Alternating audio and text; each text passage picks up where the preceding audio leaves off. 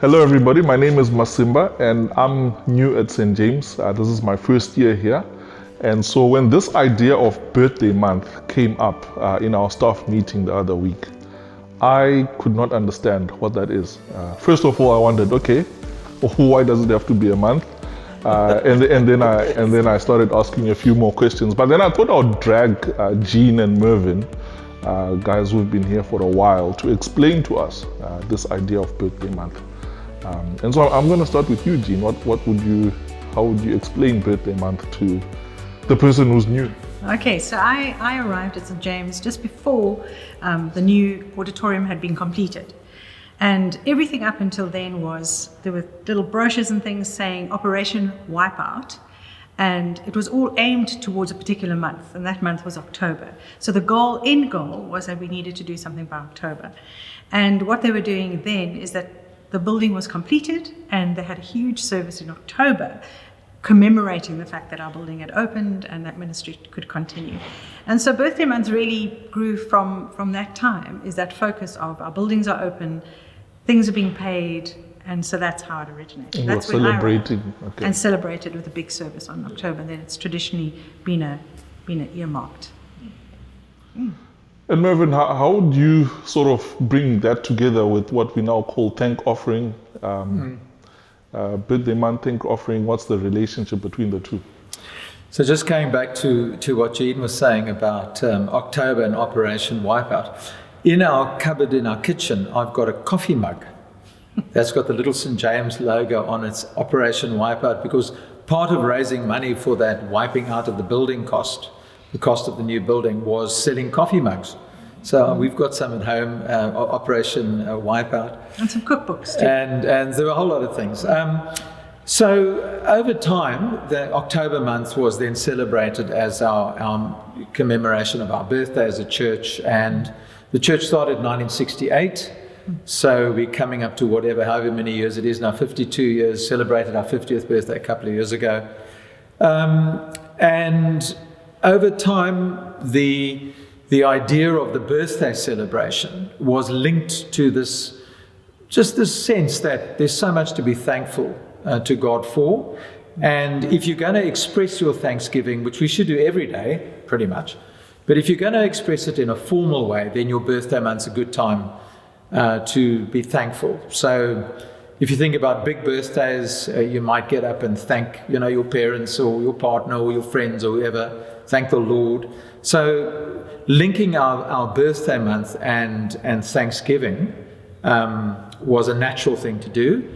And then when we started the work in Khayelitsha, the birthday thank offering moved from the cost of covering the buildings eventually were paid for. Then the birthday thank offering was used specifically to fund the ministry in Khayelitsha. And then a few years ago, we switched that because we thought that our Khayelitsha ministry needed to be funded more intentionally. So we moved the costs associated with the ministry in Khayelitsha, paying for staff. We moved that onto our regular monthly budget. And then our sort of birthday thank offering just became an opportunity for our congregation to express their thankfulness to the Lord and to help really be gospel patrons for the growth of the gospel here at St. James through our various ministries. So we moved from a specific amount to saying, as the Lord has blessed you, now's the time to be thankful and to give towards the thank offering. Sunday, the birthday Sunday at the end of October, tended to be the time when we were still using sort of physical giving, the time when people would bring their thank offering envelopes and put them in the bag. But as we've migrated to online giving, people have tended to use that. But it's so it's above and beyond your normal giving. I don't know if that sort of explains it. Yeah, no, it does. Obviously for someone coming in and not being part of the history, obviously we do love the fact that Church St. James has a great history behind it. But obviously I'm being encouraged to give over and above my normal giving. So I guess the natural question would be why, what is the money for? How are we going to be using the money? Because we now want to be much more intentional in our gospel work, rather than only doing stuff if we have the money for it. I think the way we use the thank offering now is to help us to balance our budget, not just our operational costs, but our strategic gospel work. You're involved, Masimba, with Red Post. So part of the thank offering would go towards helping us keep the work at Red Post running.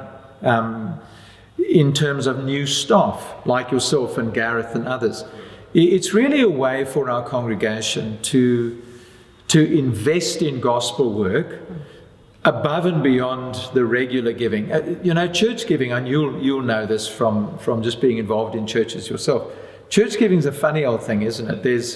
There's your weekly giving that you may give through a weekly offering. There's your planned monthly giving. But above and beyond that, how do we maybe we feel a particular sense of the Lord's blessing? How can we give above and beyond in order to make new gospel initiatives possible, and also just to help the church keep doing what it does? And so we've always said there are 3 ways to give at St. James: weekly giving, planned monthly giving, and once a year as an expression of thanksgiving. We don't allocate it to projects. Jean can say more about this in a moment, because she's both a member of staff and a member of the congregation. So it'd be interesting to hear from Jean how she thinks about it. I can tell you what Ali and I do. We give weekly. I use SnapScan now. We give monthly through our just online giving via EFT. And we are prayerfully thinking, how can we budget for birthday month and for the thank offering, and we'd like to give an additional amount there. We also do it over 3 months, Jean, is that right? Yeah, over 3 months, October, November, January. Okay. Yeah. Oh, you skipped December. No, so it's December, yeah. Yeah, we do that. Just maybe one more thing for those who are listening in. What would be the attitude that you would encourage people to approach this month or these 3 months with? Yeah, that's a great question. One of the privileges I've had being on the staff team for such a length of time is that you have an opportunity to walk with people to see how the Lord is working in lives. And when you see God at work, it is the most exciting, phenomenal thing. When you see lives transformed by the gospel. And so for me, birthday thank offering is an opportunity, a structured opportunity, because we live lives of gratitude, of thankfulness, and it's a time when we can be hugely generous in response to our generous God. And obviously everybody has it according to their means. So as with Mervyn and Alison, I have planned giving. EFT comes off every month, or I do a transfer, and you have your ad hoc giving in the week. But the great thing about having a time over 3 months is that it really focuses my heart just to reflect on the year and what the Lord has done. And I can just, everything I have is from Him. And just to give it, to see the gospel ministry at work. So I get very excited. I think it's the most amazing thing. And since it shifted from a goal, like we have to raise 3 million or 300,000, since that mark has shifted, it's been amazing to see how God's people have responded to that, and how ministry that we never dreamed was possible has just blossomed and flowed. So I'm very excited. I think it's just a great opportunity for me personally, as well as for others, just to be almost not presumptuous, but expectantly waiting for gospel work to blossom. And I just think it's such a lovely, wonderful initiative. So yeah, that's what Mervyn, anything else to add? No, I think Jean's put it really, really well. It's an exciting thing. It's not just another way of the church looking for money. No. It's actually the church giving opportunity for intentional generosity. And God loves a cheerful giver. And in my own experience, whatever the amount, we don't specify any amounts, it's according to the measure that the Lord has blessed you. But it's a biblical idea of first fruits, of thankfulness, of saying to the Lord, you have been good to us. And here's an opportunity for us to show that. We can never outgive God, but as we are generous, God blesses us according to His riches in glory. And maybe, as Gina said, she put it so well, the biggest blessing of being part of this is the blessing of being able to be part of it. It's a wonderful thing. And as you spent time with us, Masimba. It's lovely to have you on the team, by the way.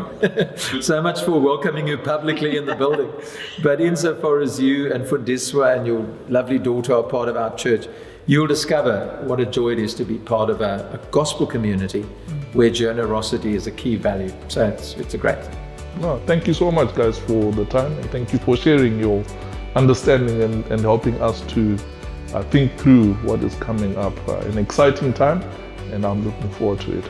Amen to that. Thanks, Masimba, for having us. Yeah.